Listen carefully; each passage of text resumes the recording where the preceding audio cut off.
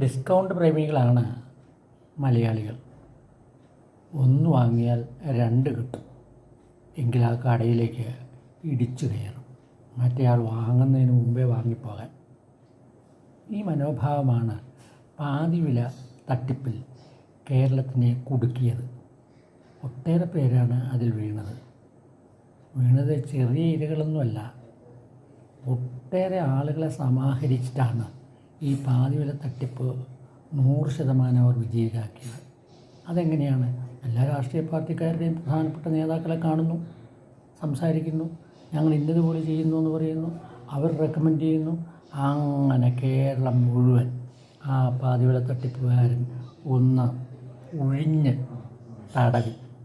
ഇപ്പോഴെന്താ സംഭവം? ഒട്ടേറെ പേർ പരാതികളുമായിട്ട് ചെല്ലുകയാണ്. ഞങ്ങൾക്ക് കിട്ടിയില്ല, ഞങ്ങളുടെ അടുത്ത് നിന്ന് പണം വാങ്ങി എന്നിങ്ങനെ പറഞ്ഞുകൊണ്ട്. കിട്ടിയവർ വിചാരിച്ചിരിക്കുന്നത് എന്താണെന്നറിയാമോ? ഏതായാലും രക്ഷപ്പെടുകയില്ല. എന്താ കാര്യം? ഇത് കിട്ടിയ ആളുകളെ തിരക്കി അടുത്ത പോലീസ് വരുന്നുണ്ട്.